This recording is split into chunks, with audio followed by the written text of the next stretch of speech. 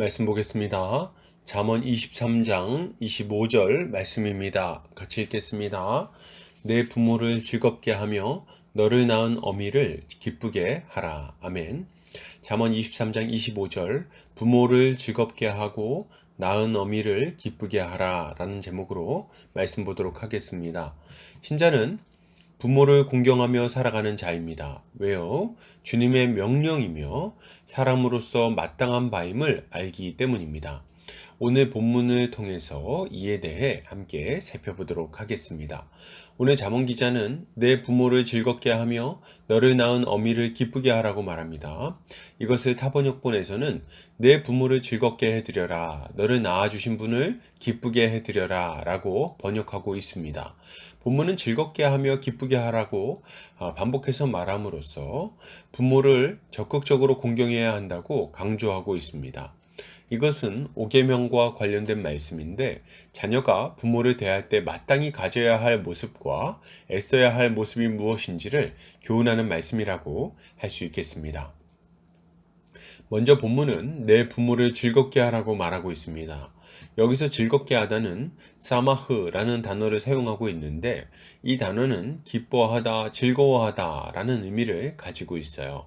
이때 즐거워하는 이유는 다양한데 포도주나 기름과 향, 눈이 밝아진 것 이런 것들이 기쁨을 줄 거라고 성경에서는 이제 말하고 있습니다.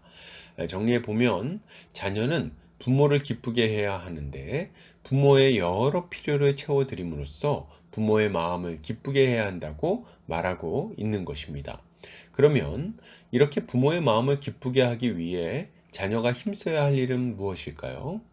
만약 아직 자녀가 부모와 함께 거하며 부모의 관할하에 있다면 부모의 말씀을 잘 듣고 청종하는 것이 부모의 마음을 기쁘게 하는 일일 것입니다. 이때 자녀가 꼭 대단한 일을 하거나 심부름을 열심히 해야만 부모의 기쁨이 되는 것은 아닙니다.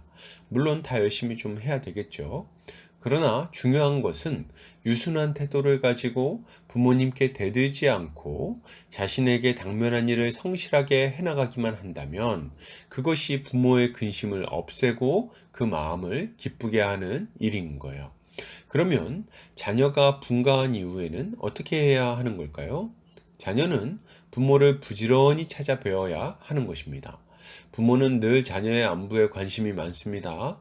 품 안의 자식이라고는 하지만 컸다고 해서 그 관심이 어디 가겠습니까? 그러므로 자녀는 늘 자신의 안부를 부모님께 전하고 자주 찾아뵈며 부모와 친밀한 교제를 나누어야 하는 거죠. 또한 마땅히 힘써야 할 일이 있는데 그것은 연로한 부모님의 필요를 채우는 일입니다. 부모님은 젊어서 하나님의 대리자로서 자녀의 필요를 채워주셨던 분들이에요. 그러니 이제 부모님이 일할 수 없는 나이가 되셨을 때는 자녀가 부모의 필요를 채우는 것이 마땅한 일이며 하나님께서 정하신 바인 것입니다.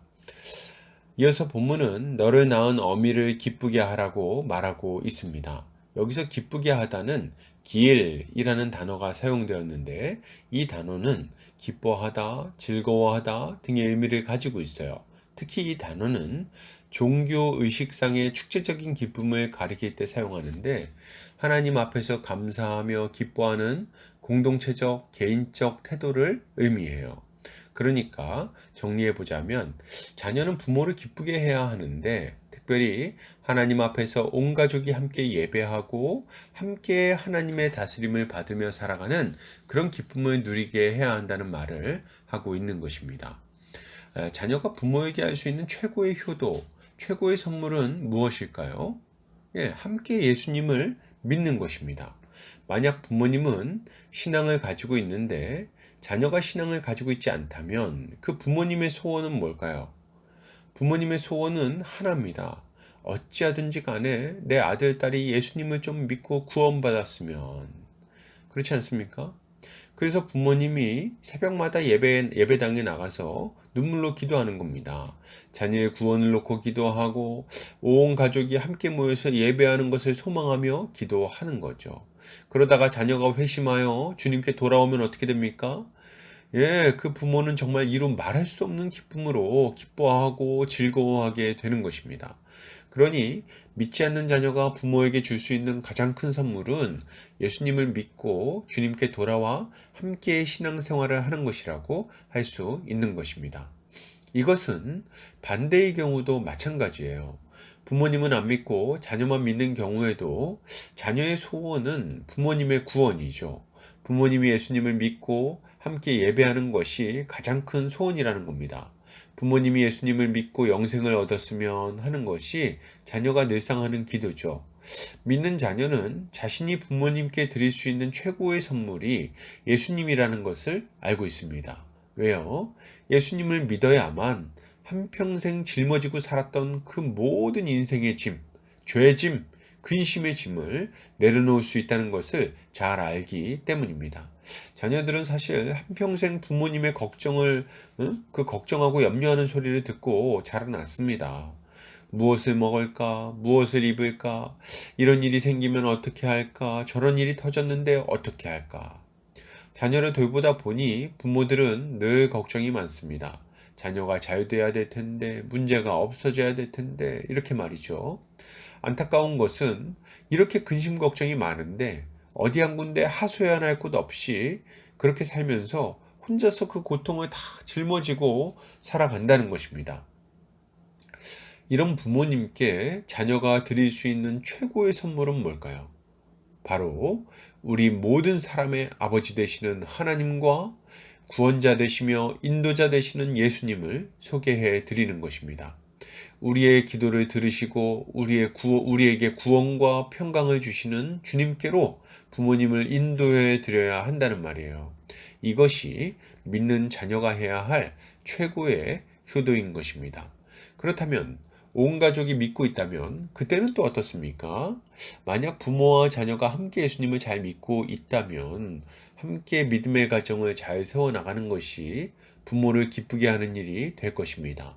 함께 모여서 주일 예배를 드리고 주중에는 함께 가정 예배를 드려야 합니다. 그리고 문제가 생기면 함께 기도하고 서로 대화하고 의논하며 신앙의 전통을 만들어 나가야 되는 거죠.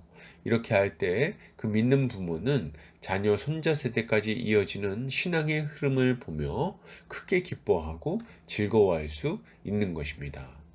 그러므로 여러분, 이것을 생각할 때 신자가 가져야 할 마땅한 모습은 무엇일까요? 먼저 믿지 않는 자녀는 예수님을 좀 믿어야 되겠습니다. 부모님을 사랑한다면 믿어야 되겠어요.